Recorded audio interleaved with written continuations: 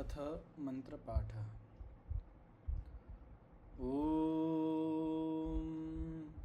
सहनाववतु सहनौ भुनक्तु सह वीर्यं करवावहै तेजस्विनावधीतमस्तु मा विद्विषावहै। ॐ શાંતિઃ શાંતિઃ શાંતિઃ। પાછલા પાઠમાંથી કોઈને કંઈક પૂછવું હોય, પ્રશ્ન હોય તો પૂછી શકો છો।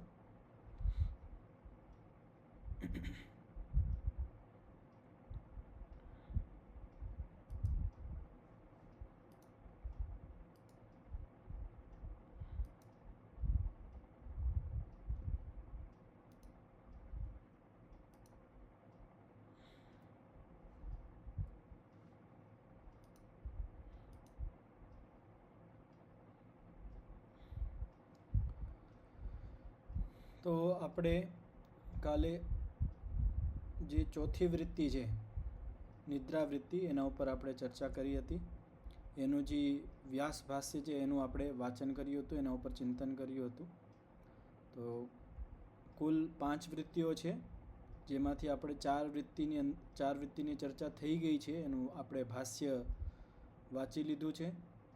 અને જે આ ચોથી વૃત્તિ છે નિદ્રાવૃત્તિ, એને હજી આપણે વિસ્તારથી સમજવાનો આજે પ્રયાસ કરશું।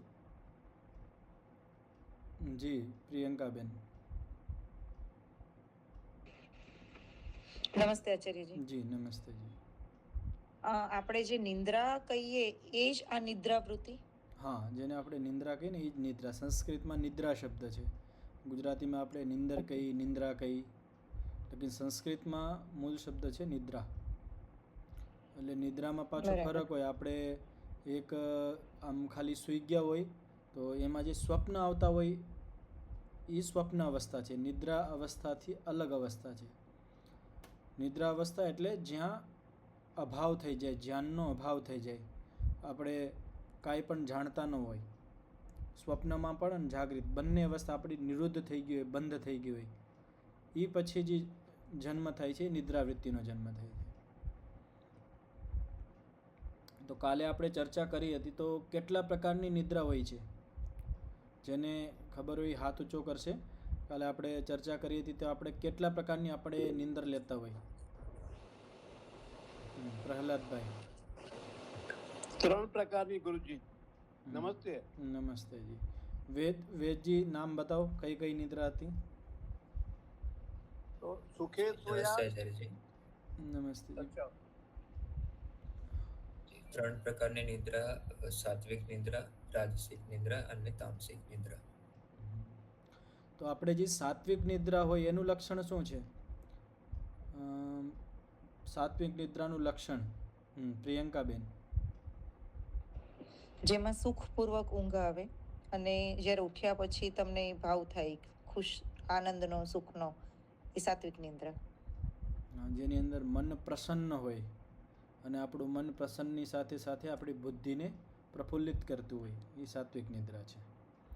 અને રાજસિક નિદ્રાનું શું લક્ષણ છે? અથર્વ મુનિજી બતાવશે કા પછી અમૃતા મુનિજી? રાજસિક નિદ્રાનું શું લક્ષણ છે?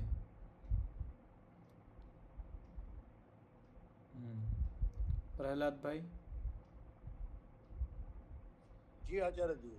રાજસિક નિદ્રાનું શું લક્ષણ છે?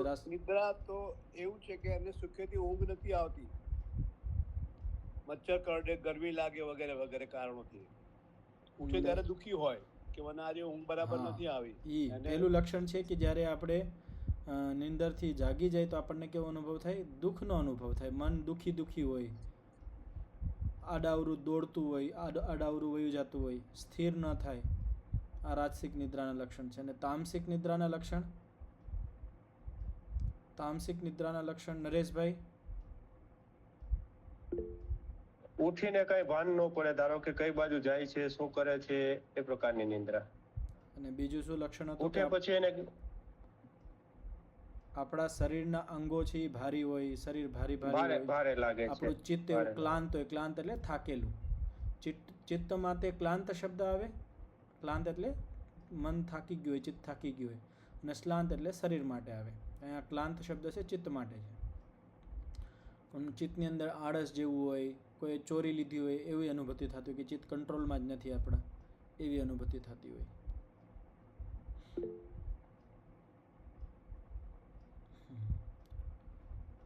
તો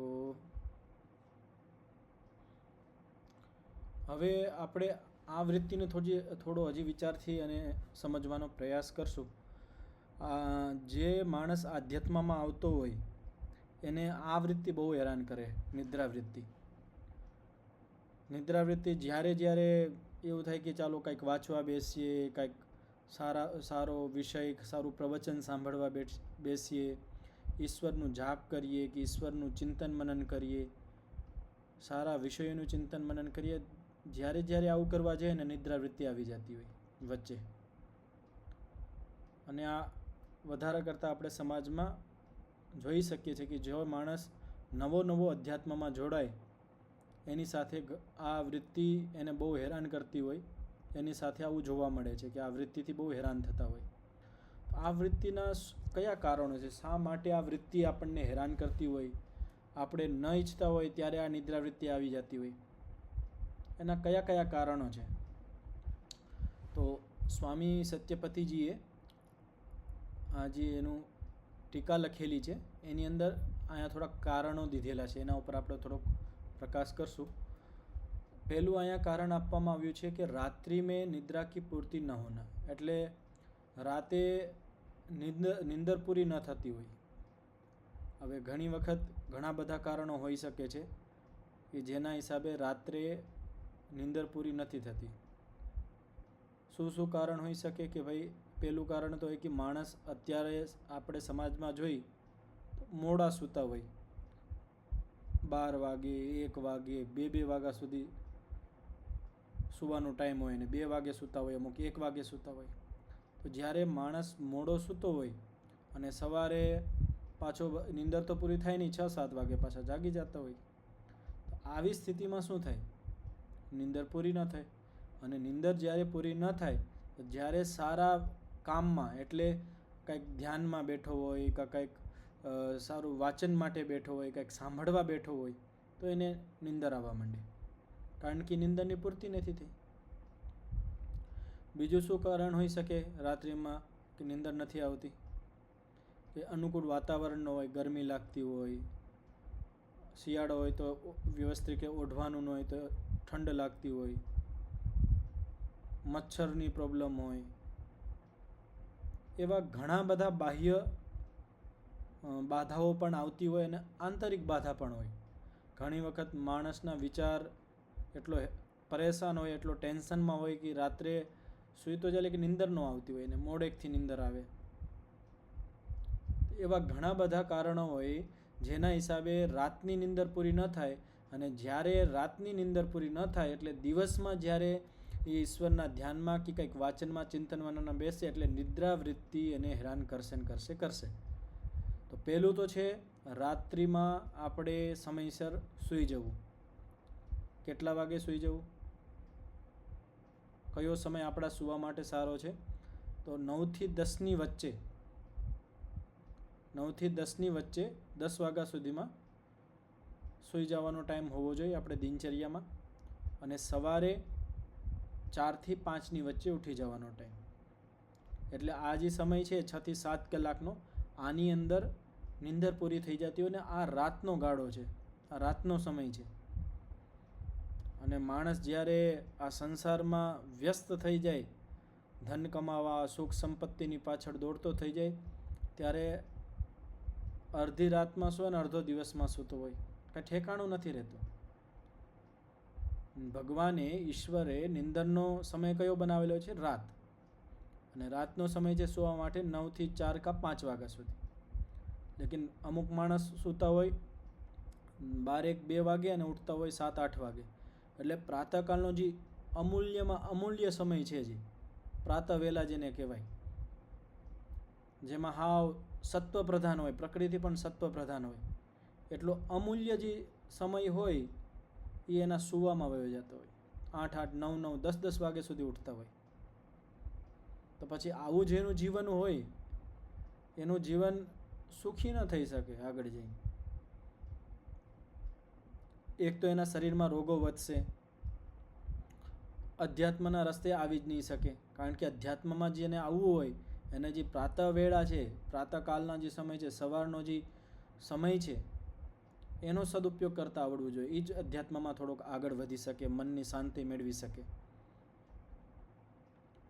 બીજું અહીંયા કારણ આપવામાં આવ્યું છે કે પેટ કી શુદ્ધિ ન હોના, એટલે પેટનું વ્યવસ્થિત રીતે શુદ્ધ ન થવું, એટલે પેટમાં કબજિયાત છે, સરખી રીતે શુદ્ધ નથી થતું, સમયસર આપણે સવાર સાંજે જ્યારે સમય હોય મળ ત્યાગનો ત્યારે મળ નથી આવતું.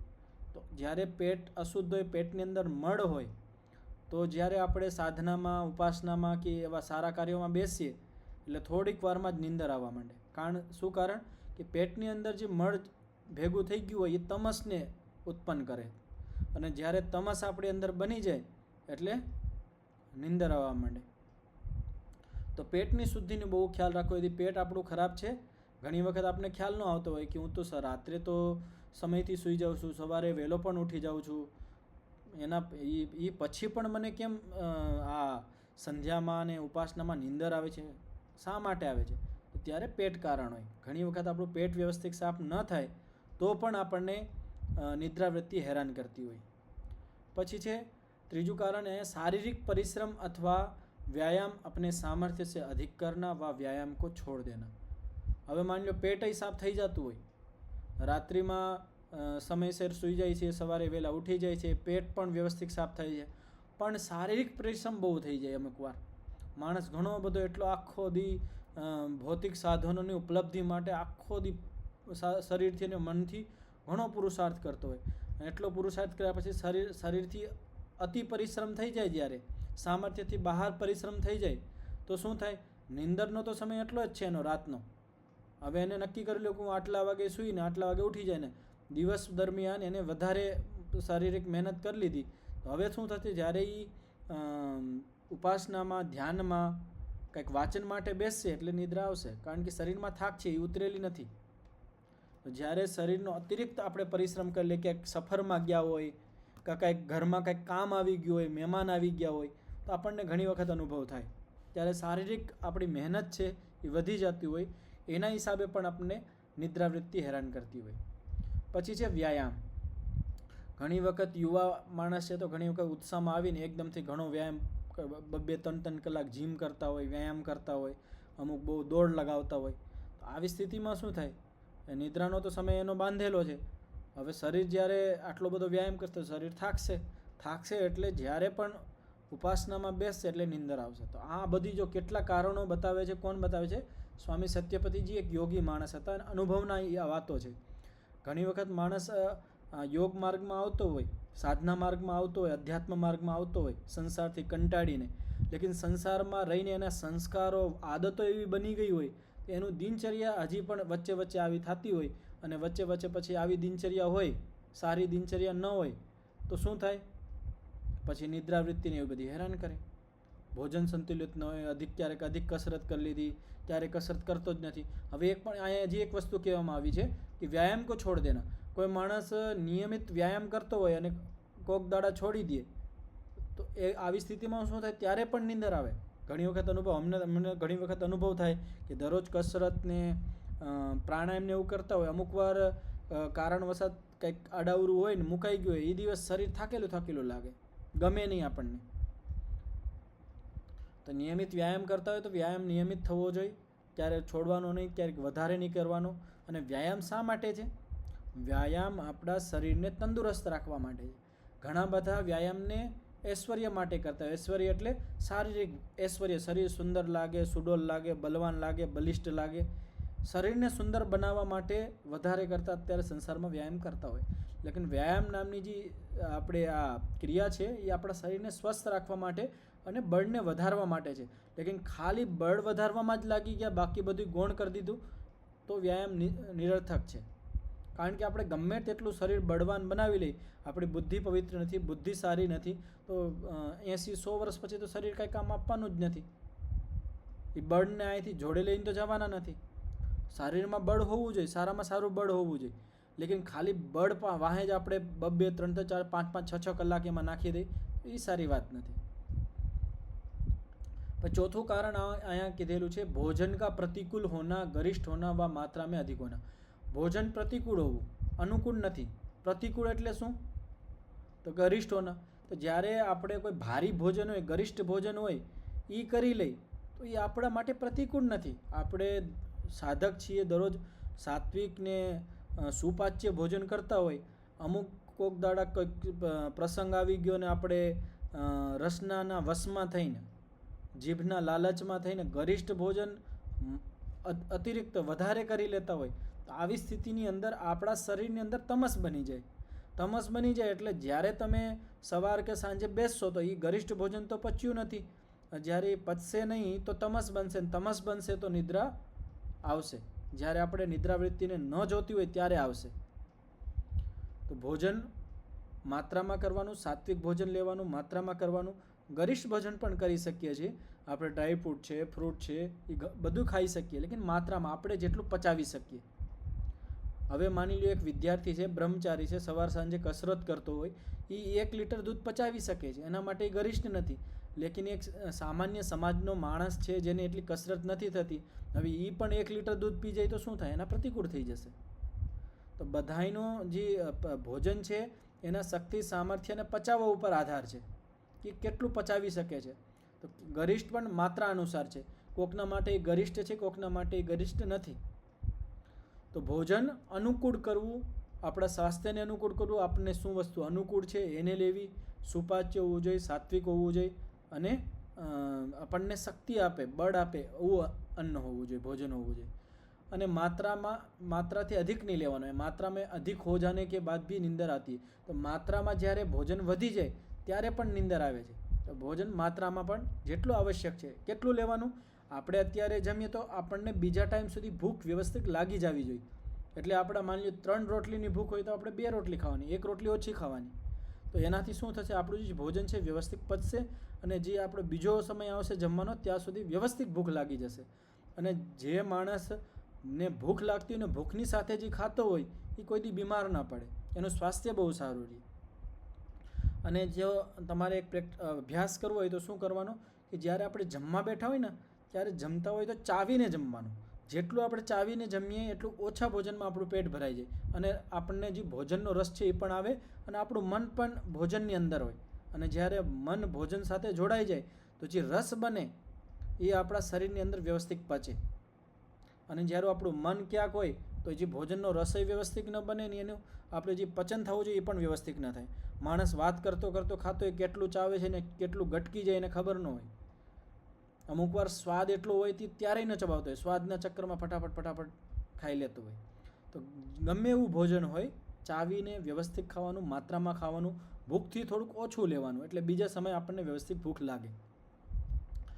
5મું કારણ અહીંયા આપવામાં આવ્યું છે જે માદક દ્રવ્યો કા સેવન કરના. એટલે માદક એટલે જે આપણે ગુજરાતીમાં શું કહીએ એટલે નશાના આપણે પદાર્થો જે છે એનો સેવન કરવો. જેમ અમુક જણા માવો ખાતા હોય, અમુક ગાંજા છે, અમુક સિગરેટ છે, બીડી છે, એવા ઘણા બધા માદક દ્રવ્યો છે, શરાબ છે. એવી બધી માદક દ્રવ્યોને જે માણસ લેતો હોય એને પણ નિદ્રાવૃત્તિ હેરાન કરે. હવે એક ઉદાહરણ આપું, તમને પૂછું છું હું, ડ્રાઈવર એ જ્યારે ગાડી હાંકતો હોય એને નીંદર આવે તો એ શું કરે? કયો માદક દ્રવ્ય લે? ચાથી નીંદર વહી જાય. ઘણા બધાને અનુભવ થતો હોય છે કે જ્યારે ચા પી લે એટલે શરીરમાં સ્ફૂર્તિ અનુભવ થાય. તો ચા પણ માદક દ્રવ્ય છે. તો પછી આપણે કઈ રીતે આ વાક્ય અહીંયા ઘટાડીએ કે માદક દ્રવ્યથી નિદ્રાવૃત્તિ વધતી હોય? અહીંયા તો દેખાય છે કે ચા પીવાથી નિદ્રાવૃત્તિ દૂર થઈ જાય છે. તો કોઈ બતાવશે? કોઈ દી વિચાર્યું છે આ વિષય કે ચા પણ એક નશો છે અને ચા પીવાથી આપણે નિદ્રાવૃત્તિ જાય છે? અને અહીંયા કહેવામાં આવ્યું છે કે ચા જેવા માદક દ્રવ્યથી સેવન કરવાથી આપણને નિદ્રાવૃત્તિ આવે છે. હા, પ્રહલાદભાઈ. નમસ્તે આચાર્યજી. જી નમસ્તે. તો ચા અથવા કોફી પણ લેતા હોય છે બધા. હા તો ચાના અંદર ટેનિન અને કેફીન નામનું સ્ટિમ્યુલેશન આવે છે, જે બ્રેનને સ્ટિમ્યુલેટ કરે છે. જી તો થોડી માત્રામાં લેવામાં આવે તો એ ઊંઘ નથી લાવતી, પણ સ્ટિમ્યુલેટ કરે છે. પણ જી. વધારે માત્રામાં લેવામાં આવે તો જ ઊંઘ આવે, અથવા વારંવાર પીવામાં આવે તો હેબિટ પેદા થાય. જી જી જી જી. હા વેદજી. ઓમ.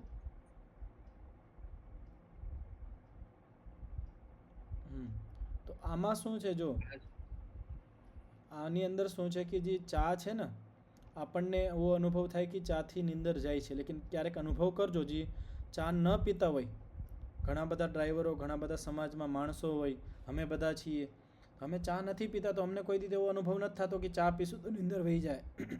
ચા વગરની નીંદર જાય છે. હવે જે માણસ ચા પીતો હોય ને એ બંધાઈ જાય, અને જ્યારે બંધાઈ જાય જ્યારે ચા એને અંદર ન જાય તો એને નીંદર આવવા માંડે. તો એ માદક દ્રવ્યના હિસાબે તો એને નીંદર થાય જ આવવા માંડી. જ્યારે એને ડિમાન્ડ શું કરે, શરીર ડિમાન્ડ શું કરે, ચાની ડિમાન્ડ કરે ને. જે માણસ ચા નથી પીતો એને તો નીંદર નથી આવતી, એનું તો જીવન વ્યવસ્થિત ચાલે છે. લેકિન જે નિયમિત ચા પીતો હોય એને ટાણે ચા ન મળે તો એના શરીરના નીંદર આવવા માંડે, શરીર ઢીલું ઢીલું પડી જાય. તો એ માદક દ્રવ્યથી બંધાઈ ગયો. એનું કારણ શું છે, એને જે નિદ્રાવૃત્તિ હવે ઉત્પન્ન થાય છે એમાં ચા કારણ બની ગયું. यदि ચાનું વ્યસન ન હોય અને કોફીનું વ્યસન ન હોય તો એને નીંદર પરેશાન નથી કરવાની. બીજા જે ચા અને કોફી ન લેતા હોય એને કંઈ પ્રોબ્લેમ જ નથી. ચા પણ એ અત્યારે ચાનો એક પ્રકાર નશો જ છે. આપણે ગુજરાતમાં તો બહુ, એટલે સવાર બપોર દિવસમાં કેટલી વખત ચા જોઈએ, ચા વગર તો હાલતું જ નથી. તો આપણે ચા જોડે બંધાઈ ગયા છીએ. અને ઘણા બધાને ચા પીવાથી શરીરમાં ઘણા બધા રોગ થાય. ઘણા બધાને એટલો બધો કફ થઈ જાય, દરરોજ સવાર સાંજે ચા પીતા હોય અને કફ અંદર ભેગો થતો જાય. ઘણા બધાને એસિડિટી થઈ જતી હોય. તો ચાના આ ગમે એ વસ્તુ છે આપણે નશાની જેમ લેવા માંડીએ એટલે એને હાનિ જ થવાની છે. તેવા ગમે આપણે માદક દ્રવ્યો છે એનું સેવન કરતા હોય ગમે એ રીતના, આપણે ચા આપણે માદક દ્રવ્યોમાં નથી ગણતા, લેકિન હું એમ કહું છું કે ચા પણ એક નશો છે. નશો ન હોય તો આપણે એનાથી બંધાય નહીં. છઠ્ઠું કારણ અહીંયા આપવામાં આવ્યું છે, શરીર મેં જ્વર આદિ રોગો કા હોના. હવે આપણા શરીરની અંદર જ્યારે કંઈક રોગ થઈ જાય, આપણે તાવ આવી જાય કે બીજો કંઈક રોગ હોય તો પણ નીંદર આવે. ઘણા બધાને તાવની અંદર નીંદર નથી આવતી, લેકિન ઘણા બધા એવા પણ હોય જેને તાવ આવે ને ત્યારે જ ઘણી નીંદર આવે, અને ઘણા બધાને તાવ આવે એટલે નીંદર જ ન આવે. અલગ અલગ હોય. ગમે એવા શરીરમાં કંઈક તકલીફ હોય ને, જ્યારે આપણા શરીરની અંદર કંઈક રોગ હોય ત્યારે પણ આપણને જ્યારે હોવા જાય ત્યારે નીંદર ન આવે, અને જ્યારે શાંતિથી બેસા હોય ત્યારે નીંદર આવવા માંડે. તો શરીર સ્વસ્થ હોવું જોઈએ. શરીરની અંદર કંઈક રોગ હોય ત્યારે પણ નીંદર આવે. શરીર મેં નિર્બલતા કા હોના, અને શરીરની અંદર તાકાત નથી, અશક્તિ જેવું છે, એટલે વ્યવસ્થિત ભોજન નથી લેતો. કંઈક નબળાઈ, મતલબ ભોજન છે એ સાત્વિક તો કરે છે લેકિન પૌષ્ટિક ભોજન નથી કરતો. સાત્વિકની સાથે પૌષ્ટિક ભોજન હોવું જોઈએ, ફળ લેવા જોઈએ, ડ્રાયફ્રૂટ ક્યારેક લેવું જોઈએ. માત્રામાં यदि આ બધી વસ્તુ લઈએ તો આપણે શરીરમાં અશક્તિ ન થાય, શક્તિ રહે, સ્ફૂર્તિ રહે. અને જ્યારે આપણે શરીરની અંદર શક્તિ અને સ્ફૂર્તિ રહેશે તો આપણને જે નિદ્રાવૃત્તિ હેરાન નહીં કરે. જ્યારે આપણે શરીરની અંદર અશક્તિ અનુભવ કરીએ તો આપણે નીંદર જેવો અનુભવ થાય. તો નિર્બળતા પણ નિદ્રાવૃત્તિનું કારણ બને છે. આસન કો ઠીક પ્રકાર સે ના લગાના. હવે જ્યારે આપણે ધ્યાનમાં બેઠા હોય, ઉપાસના માટે પ્રયાસ કરતા હોય તો એના આસન નિશ્ચિત છે. એક છે પદ્માસન, પ્રસિદ્ધ છે. પદ્માસનમાં જ્યારે આપણે ધ્યાનમાં બેસીએ ઈશ્વરના, ત્યારે પદ્માસનમાં બેસવાનું, સિદ્ધાસનમાં બેસવાનું. એવા ઘણા બધા નિશ્ચિત આસનો છે, જેમાંથી પદ્માસન અને સિદ્ધાસન આ પ્રસિદ્ધ આસન છે બે. તો એક તો પહેલાં જ્યારે આપણે અધ્યાત્મ માર્ગમાં આવીએ ને તો ઉપાસનામાં પહેલી પ્રેક્ટિસ કરવાની આસનની, કે આપણે આસનમાં ધીમે ધીમે એનું સામર્થ્ય વધારવાનું. આપણે પહેલા દિવસ આસનમાં બેસીએ તો આપણને 2-5 મિનિટ પછી દુખવા માંડશે, તો વાંધો નહીં, એને ખોલી લ્યો, લાંબા કરી લ્યો, થોડીક વાર પછી પાછું આસન લગાવી લ્યો. એમ તમે દરરોજ કરતાં થોડુંક સહન કરતાં 1 કલાક, 2 કલાક, 3 કલાક સુધી માણસ બેસી શકે છે. એટલું સામર્થ્ય આવી જાય છે. અને જ્યારે માણસ આસનની સિદ્ધિ પ્રાપ્ત કરી લે છે તો એનું શરીર સીધું અને શ્વાસ પ્રશ્વાસ સારા રહે છે અને નીંદર નથી આવતી. ઘણી વખત માણસ ઉપાસનામાં તો બેસી જાય, ઢીલો બેસી જાય, નથી કોઈ આસન લગાવેલું એને. તો આવી આસનની જ્યારે વ્યવસ્થિત આસનમાં ન બેઠો હોય તો પણ સંધ્યા, ઉપાસના, ધ્યાન કરતી વખતે નીંદર આવવા માંડે છે. અને 9મું કારણ છે ઉપાસના સે પૂર્વ સોચ સ્નાન ન કરના. હવે આપણું અહીંયા વૈદિક રીતિની અંદર વિધાન છે કે સવાર ને સાંજે 2 ટાણે આપણે ઉદર શુદ્ધિ માટે જવું પડે, શૌચાલય માટે જવાનું હોય. આપણે મળત્યાગ માટે એક જ, ઘણી અત્યારે સમાજમાં એવી પ્રથા બની ગઈ છે કે દિવસમાં લાગે ત્યારે વયા જાય. લેકિન આ આપણી આયુર્વેદિક પરંપરા નથી, આ આયુર્વેદની પરંપરા નથી. મળત્યાગનો 2 કાળ છે, સવાર સાંજે. સવારે જ્યારે આપણે ઉઠીએ તો 4 થી 5ની વચ્ચે અને સાંજે પણ 4 થી 5ની વચ્ચે. તો આ જે 12 કલાકનો ગાળો છે એની અંદર 2 વખત આપણે મળત્યાગ કરીએ તો આપણું શરીર છે, આપણે કારણ કે જમીએ તો 3 વખત, ઓછામાં ઓછું 2 વખત આપણો એવું ટાઈમિંગ હોય કે 2 વખત આપણા શરીરની અંદર મળ બનતું હોય. એટલે કે માણસ એટલો એની દિનચર્યા એટલી બગડેલી હોય કે એને જ્યારે લાગે ત્યારે જાય, કોઈ દિનચર્યા ન હોય. તો આવી સ્થિતિની અંદર પણ આપણું શરીર અસ્વસ્થ થાય અને જ્યારે ઉપાસનામાં બેસીએ એટલે આપણને નીંદર આવવા માંડે. તો એક તો શૌચ અને સ્નાનનું પણ બંને ટાણે વિધાન છે. અને આપણે ગરમી હોય તો કરતા જ હોય, લેકિન સ્નાન કરીને આપણે ઉપાસનામાં બેસીએ તો આપણને તાજગી અનુભવ થાય અને નીંદર ન આવે. 10મું કારણ છે શીતકાલ में वस्त्रों का आवश्यकता से अधिक धारण करना. આપણે શિયાળાની અંદર ધ્યાન કરવા બેસી જાય આમ અને ધાબરા બાબરા નાખીને બેસી. ઘણી બધી અમે જોયું છે કે અહીંયા શિબિરની અંદર આવતા હોય ને તો જ્યારે ઉપાસનામાં આવે શિયાળાના શિબિરમાં તો ધાબરા બાબરા નાખીને આવે એટલે પછી ખરાટા મારે અહીંયા આવે એટલે નીંદર આવે એટલી બધી. તો આપણે જ્યારે સંધ્યાની અંદર બેસતા હોય ને તો થોડુંક ઓઢી લેવાનું, એટલે આપણે જેટલું સાધારણ શયન કરી શકીએ અને આપણને બાધા ન થાય. આપણે ગરમી ઉત્પન્ન કરીએ, આપણે શિયાળામાં શું થાય કે ભાઈ વધારે ધાબળા કરશું તો અંદર ગરમી જેવું થઈ જાય ને આનંદ અનુભૂતિ થાય, અને જ્યારે ગરમીની આનંદ આવવા માંડે એટલે નીંદર આવવા માંડે જોડે જોડે. તો આપણે શિયાળાની અંદર જ્યારે ધ્યાનમાં બેસતા હોય ત્યારે જેટલું આવશ્યક છે એટલું આપણે ઓઢીને બેસવાનું. એમ નથી કહેતો કે હાલો શિયાળો છે તો આપણે હાવ ઓછામાં ઓછા વસ્ત્ર પહેરીને આપણે બેસી જઈએ તો આપણને વધારે ઠંડ લાગવા માંડશે, ઠંડ વધારે લાગશે તો પણ ઉપાસનામાં બાધા થશે. 11મું કારણ છે અધ્યયન આદિ મેં માનસિક પરિશ્રમ અધિક કરના. હવે ઘણી વખત વિદ્યાર્થીઓ અધ્યયન કાળમાં શું કરે, આખો દિવસ જ્યારે તો એટલું બધું માનસિક પરિશ્રમ કરી લે છે કે મન થાકી જાય. હવે સાંજે જ્યારે ઉપાસનામાં બેસે એટલે નીંદર આવવા માંડે. તો એક તો આપણે ગમે તેટલું આપણે અધ્યયન કરતા હોય કે ભણાવતા હોય તો એ લિમિટની અંદર હોવું જોઈએ, આપણા સામર્થ્યની અંદર હોવું જોઈએ. કે 3, 4, 5 કલાક ઘણી થઈ જાય છે આપણા અધ્યયન અધ્યાપન માટે. દિવસનો જે 5 કલાકનો ગાળો છે ઘણો છે. હવે અત્યારે કોર્સ આટલા મોટા થઈ ગયા છે, એટલું બધું ભણવું પડે છે કે માણસ 10 કલાક ભણતો હોય. હવે જે માણસ 10 કલાક 12 કલાક ભણતો હોય, માનસિક પરિશ્રમ આટલો કરતો હોય, તેનું મન થાકી જ જવાનું. એ ક્યાંથી ઉપાસનામાં બેસી શકશે? એને નીંદર આવવા માંડશે, મન થાકી જશે એ ટાણે. ઘણી વખત તમે જુઓ ને કે એટલું બધું અધ્યયન ને એટલું બધું ભણવાનું હોય કે ઘણી વખત માણસ પાગલ પણ થઈ જાય છે. તો જે આપણે અધ્યયન કરીએ છીએ એ પણ સામર્થ્યની અંદર એક સમયબદ્ધ હોવું જોઈએ આપણું, કે આપણે 5 કલાક તો 5 કલાક ભણવાનો સમય, ભણાવવાનો સમય 5 કલાક ઘણો છે. અને તમારું મન એકાગ્ર હશે, પવિત્ર હશે, સાત્વિક હશે તો 5 કલાકની અંદર પણ તમે 10-12 કલાકની જે વાંચન છે, ભણવાનું છે એ કાર્ય તમે કરી લેશો. અને મન એકાગ્ર નથી, સાત્વિક નથી, ચંચળ છે, તો આવી સ્થિતિમાં 10 કલાક ભણતા હોય ને એમાં પણ 2 કલાકનું ભણતર થતું હોય પૂરું. તો આપણે यदि વ્યવસ્થિત ધ્યાન ને યોગ ને બધું કરીએ તો આપણી મનની જે એકાગ્ર શક્તિ છે એ વધે છે અને આપણે 5 કલાકની અંદર પણ 10-12 કલાકનું ભણી શકીએ છીએ, એટલું સામર્થ્ય આવી જાય છે.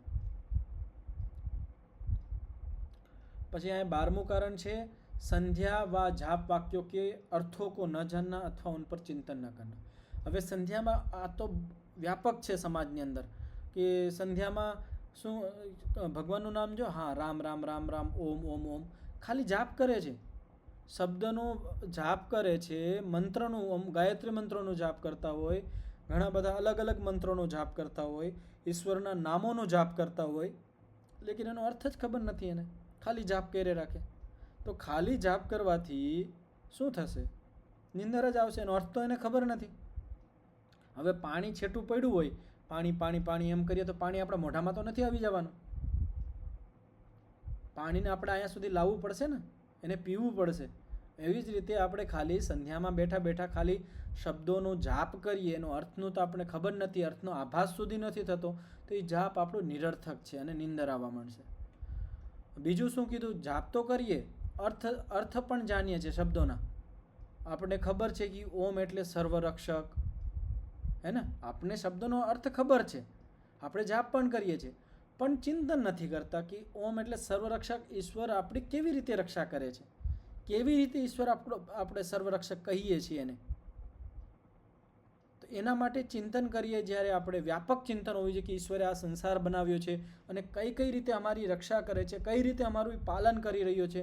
તો જ્યારે આપણે આ ચિંતન કરીએ તો ઈશ્વર પ્રત્યે અંદરથી ભાવ જાગૃત થાય સારા.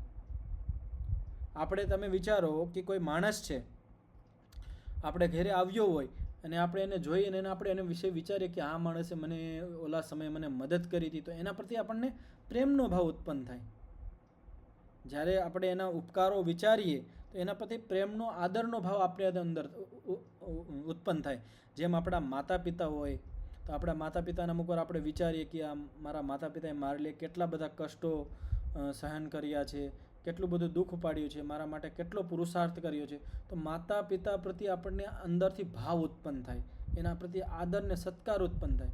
તેવી જ રીતે જ્યારે આપણે ઈશ્વરનું જાપ કરતા હોય, એનું નામ લઈને, તો સાથે સાથે ચિંતન પણ હોવું જોઈએ કે ઈશ્વર સર્વરક્ષક છે તો કેવી રીતે સર્વરક્ષક છે, ઈશ્વર સર્વજ્ય છે તો કેવી રીતે સર્વજ્ય છે, ઈશ્વર દયાળુ છે તો કઈ રીતે દયાળુ છે, કઈ રીતે એ દયા કરે છે. જ્યારે આપણું આ ચિંતન થવા માંડશે વાક્યો સાથે, મંત્રો સાથે, શબ્દો સાથે, તો આપણને ઈશ્વર પ્રત્યે એક ભક્તિનો ભાવ ઉત્પન્ન થશે અને આપણે નિંદર નહીં આવે. નકર પછી નિંદર આવતી રહેશે. ઘણા બધા વર્ષો કાઢી નાખ્યા આની અંદર. અમે તો સાધના કરીએ છીએ, અમે તો અધ્યાત્મમાં છીએ, ખાલી જાપ કરતા હોય, શબ્દોનો અર્થનું થોડુંક જાપ કરી લે તો ઓમ સર્વરક્ષક, ઓમ સર્વરક્ષક, રામ રામ, આટલું કરી લે ખાલી, લેકિન કોઈથી ચિંતન નથી કરતા. આવી સ્થિતિમાં કોઈથી આધ્યાત્મિક ઉન્નતિ ન થાય. 13મું કારણ છે પ્રાણાયામ કો ઉચિત માત્રા में ન करना. એટલે પ્રાણાયામ હે ને એ પરમ તપ કહેવામાં આવ્યું છે. પરમ તપ એટલે જ્યાં પરમ લાગી જાય એટલે છેલ્લી સીમા. આપણે કે આ પરમ બળશાળી છે, એટલે આનાથી મોટો કોઈ બળશાળી નથી. એટલે પરમ તપ એટલે આનાથી ઊંચું તપ નથી. પ્રાણાયામને પરમ તપ કહેવામાં આવેલું છે. અત્યારે યોગ દર્શનમાં પણ આગળ આવશે અને ઘણા બધા શાસ્ત્રોમાં પ્રાણાયામને પરમ તપ કહેવામાં આવ્યું છે. અને પ્રાણાયામ યોગના જે 8 અંગોમાં છે એમાં એક અંગ છે આખો. યમ, નિયમ, આસન, પ્રાણાયામ આખો એક અંગ છે, એક આખો ભાગ છે. વિચારો તો પ્રાણાયામ કોઈ નાની વસ્તુ નથી. અને પ્રાણાયામ એટલે શું? અનુલોમ વિલોમ, ભસ્ત્રિકા આ પ્રાણાયામ નથી. આ જે આપણા આર્ષ પ્રાણાયામ છે, વેદોક્ત જે પ્રાણાયામ છે, એ 4 જ છે અને એ આપણા આ યોગ દર્શનની અંદર આવશે. ઘણી બધી વખત આપણે માણસને પ્રાણાયામ કરો છો, બોલે હા કરું છું. શું કરો છો? અનુલોમ વિલોમ કરું છું, ભસ્ત્રિના કરું છું. આ પ્રાણાયામ નથી, આ બધી શ્વસન ક્રિયાઓ છે. પ્રાણાયામ તો શું છે? બાહ્ય પ્રાણાયામ, આભ્યંતર પ્રાણાયામ, જે આગળ આવશે એની વિધિ પણ આવશે અને એના લાભ પણ આવશે. જે માણસ પ્રાણાયામ કરતો હોય ને એનું મન બહુ પવિત્ર હોય, એકાગ્ર શક્તિ એની ખૂબ સારી હોય. તો નિયમિત પ્રાણાયામ કરવો અને ઉચિત માત્રામાં, વધારે પણ ન કરવા. અમુક વખત ઘણા બધા વિદ્યાર્થીઓ ગુરુકુલમાં આવું કરતા હોય કે જ્યારે પ્રાણાયામનું મહત્ત્વ ખબર પડી જાય એટલે વધારે કરવા માંડે. જ્યારે વધારે અધિક માત્રામાં પણ પ્રાણાયામ થઈ જાય તો પણ શરીર થાકવા માંડે, મન થાકવા માંડે, નિંદર આવે. એટલે પ્રાણાયામના જેટલી માત્રા છે, ઉચિત માત્રા છે, આપણી શરીરની અંદર જેટલી તાકાત છે, શક્તિ છે, સામર્થ્ય છે, એ સામર્થ્ય મુજબ આપણે પ્રાણાયામને કરવા. આપણે સામર્થ્ય મુજબ પ્રાણાયામ કરશું તો આપણને નિંદર છે, નિદ્રાવૃત્તિ છે, એ આપણને હેરાન નહીં કરે. જ્યારે આપણે સૂવું હોય છે ત્યારે જ આપણને નિંદ્રા આવશે. નિદ્રાનો કાળ છે એ સમયે જ નિંદ્રા આવશે, બીજા સમયે આપણને નિદ્રાવૃત્તિ હેરાન નહીં કરે. એટલે પ્રાણાયામ ઉચિત માત્રામાં કરવું એ સારું છે આપણા માટે. 14મું કારણ છે ઈશ્વર કે વિષય में पर्याप्त ज्ञान, श्रद्धा, रुचि का न होना. અને ઈશ્વરના વિષયમાં ધ્યાન જ નથી. હવે ધ્યાનમાં તો કોઈ ક્યાંક સત્સંગમાં ગયા, સપ્તાહમાં ગયા, ક્યાંક કોઈથી સાંભળી લીધું, પહેલાંના આપણા જન્મોના સંસ્કાર હતા એટલે આપણને અંદરથી ભક્તિભાવ થયો ને હાલો હવે ઈશ્વરની હું દરરોજ ઉપાસના કરીશ. હવે નથી એનું કંઈ શાસ્ત્રોનું વાંચન, નથી કોઈથી કંઈ ચિંતન કર્યું, ખાલી એક ભાવ આવ્યો અને ભાવની સાથે ઈશ્વરનું ધ્યાન કરવા બેસી ગયો. તો ઈશ્વરનું ધ્યાન કઈ રીતે કરશે જ્યાં સુધી ધ્યાન જ નથી? ધ્યાન મટીરિયલ છે. ઉપાસનાનું રીતે જ્ઞાનાન્ન મુક્તિ શા માટે કહેવામાં આવ્યું છે કે ધ્યાન વગર મુક્તિ જ નથી. એટલે જે કોઈ માણસ એમ કરે ખાલી ભક્તિથી ઈશ્વર પ્રાપ્તિ થઈ જાય એ શક્ય જ નથી. ભક્તિ માટે પણ ધ્યાન જોઈ. ભક્તિ કઈ રીતે કરી શકશે? ઈશ્વરની ભક્તિ કરવા માટે ઈશ્વરનું ધ્યાન તો જોઈ. ઈશ્વરનું એને કાંઈ ધ્યાન નથી, ઈશ્વરના ગુણોનું ધ્યાન નથી, ક્યાંય મંત્રોનું કોઈ દી એને સ્વાધ્યાય નથી કર્યું, કોઈ ચિંતન નથી કર્યું, દર્શનોનું સ્વાધ્યાય નથી કર્યું, દર્શનોનું વાંચન નથી કર્યું, દર્શનો ઉપર કોઈ દી ચિંતન નથી કર્યું, તો પછી એવી ધ્યાનમાં બેસે તો શું થશે? થોડાક દી તો ખાલી જોશમાં ઉત્સાહમાં તો થોડાક દિવસ ભક્તિ કરી લેશે, થોડાક દિવસ પછી એને નીંદર આવવા માંડશે, અરુચિ થઈ જશે. તો ઈશ્વર પ્રત્યે यदि આપણે રુચિ જાગૃત કરવી હોય, એને પ્રત્યે ઈશ્વર પ્રત્યે આપણે શ્રદ્ધા જાગૃત કરવી હોય, તો ઈશ્વરનું જે જ્ઞાન છે, વેદોનું જે જ્ઞાન છે, દર્શનોનું જે જ્ઞાન છે, શાસ્ત્રોનું જે જ્ઞાન છે, આ શાસ્ત્રોની અંદર એટલું ગહન અને ઈશ્વરીય જ્ઞાન છે, એને વાંચતું રહેવું, ચિંતનમાં લાવવું, સ્વાધ્યાય કરવું, ત્યારે આપણને ઈશ્વર વિશે માહિતી મળે. અને જ્યારે ઈશ્વર વિશે આપણને માહિતી મળે તો આપણને ઈશ્વર પ્રત્યે શ્રદ્ધાભાવ ઉત્પન્ન થાય, રુચિ ઉત્પન્ન થાય, અને આપણે ઉપાસના ધ્યાન વ્યવસ્થિત રીતે કરી શકીએ. તો ઈશ્વર વિષયનું પર્યાપ્ત જ્ઞાન હોવું જોઈએ, ઈશ્વર પ્રત્યે શ્રદ્ધા હોવી જોઈએ. અને શ્રદ્ધા પણ ત્યારે જ થશે જ્યારે ઈશ્વરનું આપણને જ્ઞાન હોય.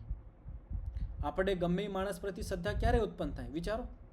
આપણે કોઈક માણસ પ્રત્યે શ્રદ્ધા ઉત્પન્ન થાય તો આપણે કોઈ માણસ છે એના વિશે આપણે કંઈક જાણતા જ ન હોય તો એના પ્રત્યે કોઈ દી શ્રદ્ધા ઉત્પન્ન થાય? ન થાય.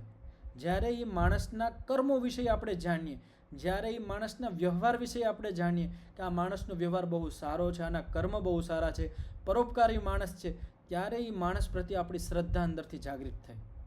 તેવી જ રીતે આપણે જ્યારે ઈશ્વરના કર્મો જોઈએ, એનો ઈશ્વરના જે ઉપકારો છે એનું આપણે ચિંતન કરીએ, ઈશ્વરે આ જગતનું કઈ રીતે સંચાલન કરે છે એ બધું આપણે ચિંતન મનન કરીએ, વેદ મંત્રોના અર્થનું ચિંતન કરીએ, તો આપણે ઈશ્વરને પ્રતિ શ્રદ્ધા જાગૃત થાય. અને જ્યારે ઈશ્વર પ્રતિ શ્રદ્ધા જાગૃત થાય તો એના પ્રતિ રુચિ ઉત્પન્ન થાય. આપણને લોકની અંદર જેને પ્રતિ માતા પિતાની પ્રતિ આપણે શ્રદ્ધા હોય, કોઈ સમાજની અંદર પ્રતિષ્ઠિત વિદ્વાન છે એના પ્રત્યે આપણા મનની અંદર શ્રદ્ધાભાવ હોય, તો આપણે એના પ્રત્યે રુચિ પણ હોય. જ્યારે એ આવતા હોય તો આપણું મન પ્રસન્ન હોય, એની સાથે આપણે થોડીક વાત કરવા ઈચ્છતા હોય, એની સાથે થોડોક બેસવાની ઈચ્છા થાય, તો આ રુચિ ઉત્પન્ન થાય. તો જ્યારે ઈશ્વરનું આપણને ધ્યાન થશે, ઈશ્વરનું આપણે ધ્યાન મેળવશું શાસ્ત્રોથી, વાચનથી, ચિંતન મનનથી, પ્રવચન સાંભળીને, જ્યારે આ ધ્યાન એકત્રિત થશે તો ઈશ્વર પ્રત્યે આપણી શ્રદ્ધા વધશે. અને જ્યારે ઈશ્વર પ્રત્યે આપણી શ્રદ્ધા વધશે તો ઈશ્વર પ્રત્યે જ્યારે શ્રદ્ધા વધશે તો ઈશ્વર પ્રત્યે રુચિ પણ ઉત્પન્ન થશે. અને 15મું કારણ અહીંયા કહેવામાં આવ્યું છે, યોગાભ્યાસ કે લાભ को और उसके न करने से होने वाली हानियों को न समझना. આ મોટામાં મોટું કારણ છે નિદ્રાવૃત્તિનું. હવે યોગાભ્યાસમાં તો લાગી ગયા, ધ્યાન ઉપાસમાં તો લાગી ગયા, લેકિન આ યોગાભ્યાસનો લાભ શું છે જીવનમાં?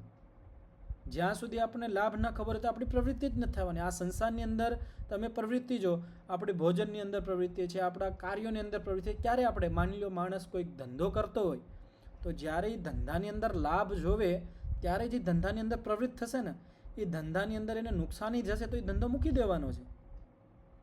એવી જ રીતે આપણે કોઈક માણસ સાથે જોડાય તો એ માણસથી આપણા કંઈક સ્વાર્થ પૂરા થતા હોય, આપણને કંઈક લાભ થતો હોય તો આપણે એ માણસ સાથે જોડાવાના છીએ.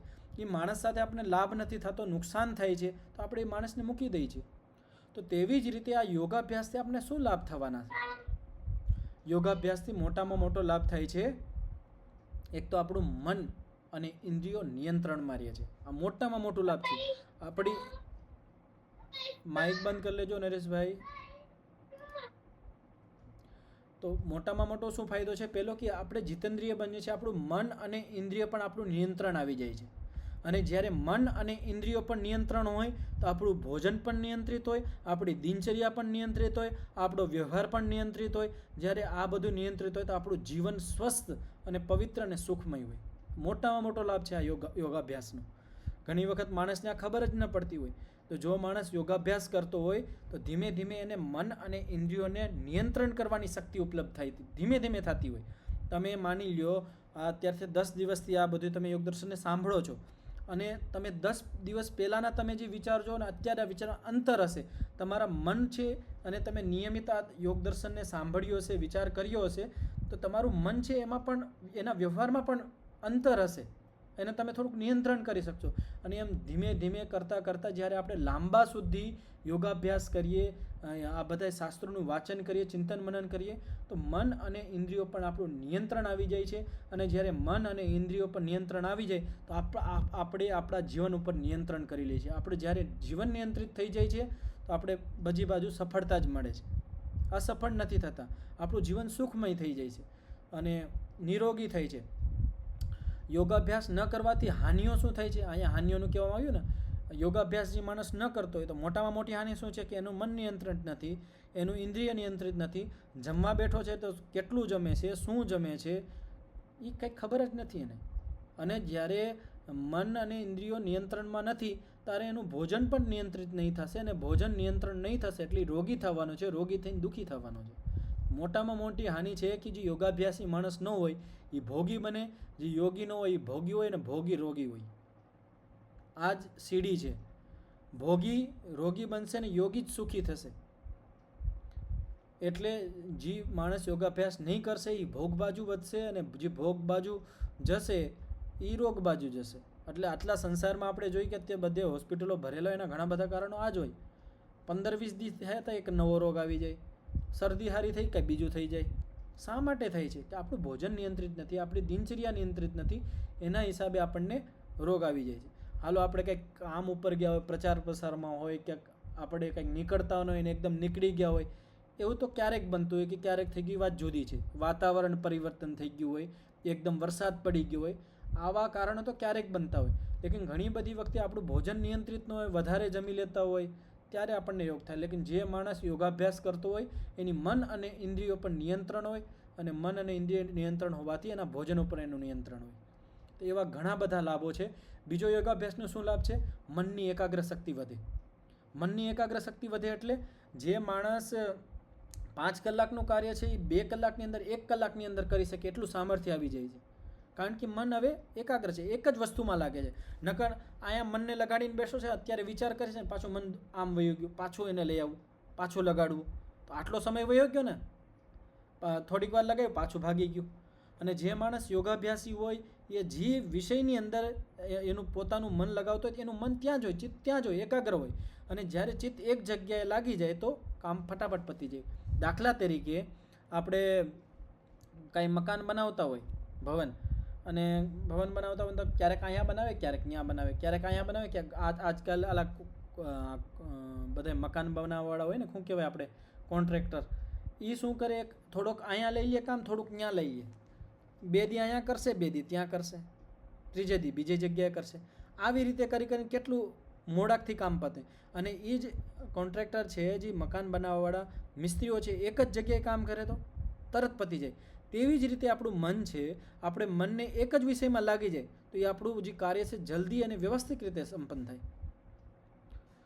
તો યોગાભ્યાસથી એવા ઘણા બધા આપણને લાભ થાય છે. આપણે યોગાભ્યાસ બાજુ વધીએ, અને યોગાભ્યાસ બાજુ વધવા માટે આપણે શાસ્ત્રોનું વાંચન કરવું જોઈએ, ચિંતન કરવું જોઈએ, તો આપણે યોગાભ્યાસમાં રુચિ જાગૃત થશે. અને 16મું કારણ છે આલસી વ્યક્તિઓ કા સંગ કરના ઇત્યાદિ. બીજા પણ છે, આ 16 મહત્ત્વના કારણ કીધા છે. તો ઘણી બધી વખતે બધું સારું હોય, આપણે વાંચન સારું કરતા હોય, આપણે સવાર સાંજે જે આપણી દિનચર્યા છે, સમયસર આપણે સૂઈ જઈએ છીએ, સમયસર ઉઠી જાય છીએ, ભોજન પણ નિયંત્રણ છે, આપણે ઉપાસના પણ કરીએ છીએ, પણ ઘણી બધી વખતે આપણે શું થાય, આપણો સંગ મતલબ સારા માણસ જોડે નથી થતો, આળસી માણસ જોડે થઈ જાય છે. સત્સંગતિ કથય કિમ ન કરોતિ પુંસે. સંસ્કૃતનું એક વાક્ય છે કે માણસ જ્યારે ગલત માણસની સંગતિ કરી લે છે ને તો ગલત માણસના જે દુર્ગુણ છે ને એ એની અંદર આવી જાય છે. તો આળસુ માણસ હોય એની સંગતિ નહીં કરવાની. કોઈ માણસ આળસુ છે તો એનાથી છેટું જ રહેવાનું, નકર એની આળસ તમારી અંદર આવશે, ને તમારી અંદર આળસ આવશે એટલે તમે જ્યારે સંધ્યા ધ્યાનમાં બેસો ને તમને પણ નીંદર આવવા માંડશે. એક તો આળસ્યું માણસ હોય એનાથી છેટું રહેવાનું. જે માણસ ફૂર્તિલું હોય, એનું દિનચર્યા સારી હોય, સારા માણસોનું સંગ કરવાનો, સ્વાધ્યાયશીલ હોય, ચિંતનશીલ હોય, એવા માણસનો આપણે સંગ કરવાનું. જ્યારે આપણે સારા વ્યવસ્થિત આધ્યાત્મિક માણસનું સંગ કરીએ, સંગતિ કરીએ, તો આપણા જીવનની અંદર પણ એ સાત્વિક ગુણો આવે જે એના જીવનની અંદર છે. સારા માણસના જીવનની અંદર જે સાત્વિક ગુણો છે એ આપણા જીવનની અંદર આવે. અને જ્યારે સારા ગુણો આપણી અંદર આવે તો આપણું જીવન પણ શ્રેષ્ઠ બને, અને આપણે આધ્યાત્મ માર્ગની અંદર વધારે ઉન્નતિ કરી શકીએ છીએ. તો સ્વામી સત્યપતિજી યોગી હતા, સમાધિસ્થ વ્યક્તિ હતા. તો એના અનુભવ લખ્યા છે જે આપણે 16 આ ચર્ચા કરી છે, આ મહત્ત્વના છે. અને સમય કાઢીને વિચાર કરજો કે આ 16 કારણમાંથી મારા જીવનની અંદર કયા કયા કારણો છે અને આ કારણોને હું કેવી રીતે પ્રયાસથી દૂર કરું, એના માટે પ્રયત્ન કરું, સંકલ્પ લેવાનો. અને જો આ કારણો આપણા જીવનની અંદર હોય તો એને કાઢી નાખવાનો, તો આપણું જીવન પવિત્ર અને આનંદમય, સુખમય અને નિયંત્રિત થશે. તો આ નિદ્રાવૃત્તિ ઉપર આપણે આજે થોડીક વિસ્તારથી ચર્ચા કરી. તો આ નિદ્રાવૃત્તિ ઘણી બધી વખતે આપણને બહુ હેરાન કરતી હોય, તો આ કારણો આપણે આપણા જીવનમાં આત્મનિરીક્ષણ કરીએ અને આ કારણોને દૂર કરીએ. તો જ્યારે આપણે ઉપાસનામાં, ધ્યાનમાં, શાસ્ત્રોનું વાંચનમાં, ચિંતનમાં બેઠા હોય તો આપણને નિદ્રાવૃત્તિ હેરાન ન કરે. તો આજે આટલું જ રાખીએ, સમય થઈ ગયો છે. કાલે પછી જે 5મી વૃત્તિ છે સ્મૃતિ વૃત્તિ, એના વિષય આપણે ચર્ચા કરીશું. ઓમ શમ. 3 વખત શાંતિનું ઉચ્ચારણ કરીને પાઠનો વિરામ કરશું. ઓમ શાંતિ શાંતિ શાંતિ. સર્વેભ્યો નમઃ. બધાને સાદર નમસ્તેજી. નમસ્તેજી. નમસ્તે. નમસ્તેજી. બધાને નમસ્તે નમસ્તે. આચાર્યજી. નમસ્તેજી.